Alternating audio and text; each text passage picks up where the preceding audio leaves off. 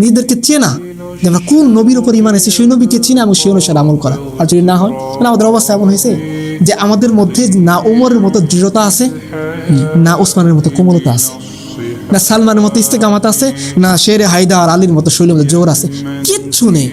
একটা ফাঁকা ফুলি কি বলে ফাঁকা বুলি নিয়ে আমরা চলাফেরা করি।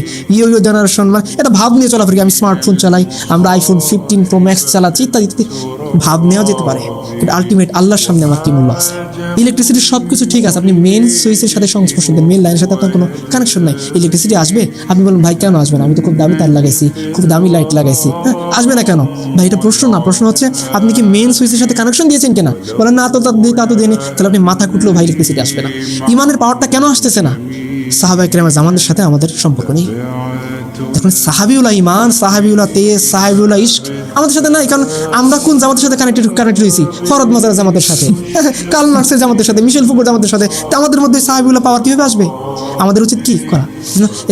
আমাদের উচিত নিজের আত্মসত্তাকে চিনতে শেখা যে আমরা মুসলিম উম্মাহর সদস্য। প্রথম পরিচয় এইটা।